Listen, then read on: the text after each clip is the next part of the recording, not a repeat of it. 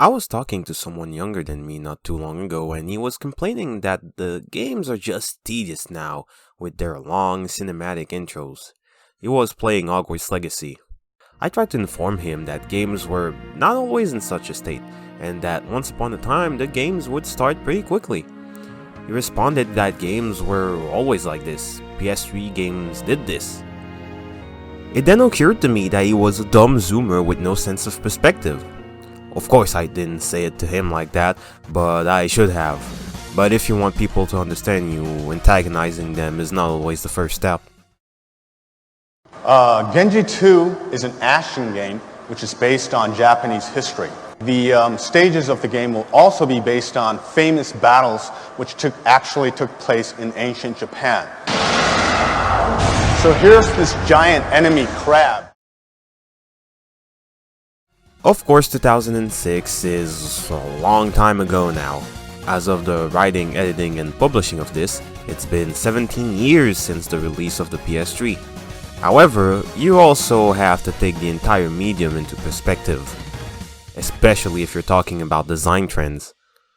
Penicillin was invented about 95 years ago, and it sounds like a lifetime, but when you think about the fact that this important substance did not exist for most of our history as modern humans, about 300,000 years, it sounds small in comparison. The PS3 might have been your first console, but you ignore the 34 years that happened before that.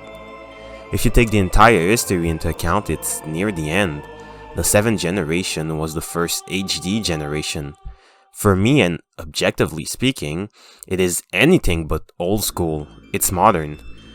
You need to have a cutoff point between eras. I understand that 1,000 years from now everything will seem as ancient as time stretches, but classifications are needed for eras. A Bronze Age, an Iron Age, a Golden Age. Imagine getting paid to check out all the new games that want to be on the PlayStation platform. That's what the game evaluators do. Hey, it's a tough job, but somebody's got to do it. You can complain all you want about games being trash, but you did not try to go out of your comfort zone. The worst part is believing that it was always that way, that games were always bad or always cinematic. In communist establishments, one of the first things you want to do is erase the idea that there was something before the party. Referring to 1984 is played out, but still a solid comparison. If there was nothing before, then there is no hope. If there is no hope, there is only the party.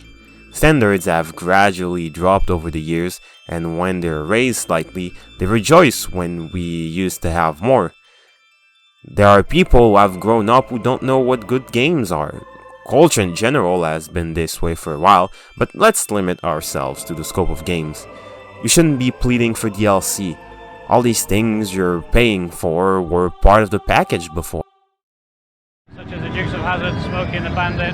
One of the things that we really try to make different about this game is that most driving games are racing games. Selling this to people is really hard, however. Game devs have always had that inclination for pushing graphical improvements over everything. They were only limited by the limitations of technologies at the time. As those became lesser, so did their inquiries about the quality of the gameplay and the art style. Not to be pessimistic, but I don't think that there is a solution to the problem. You cannot force people to change or try things. They will or will not.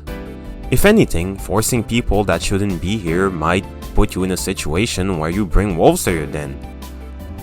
It's quite disheartening to see something you like be torn apart and others bring it down further by sheer ignorance. Try as I might, nothing has changed. I can't help but cherish these things that belong to history now. There's no real conclusion to this. I don't think you always need to end up on a positive note. We might be due for a crash. Things have gone too far for a salvage. Things will get worse before they get better.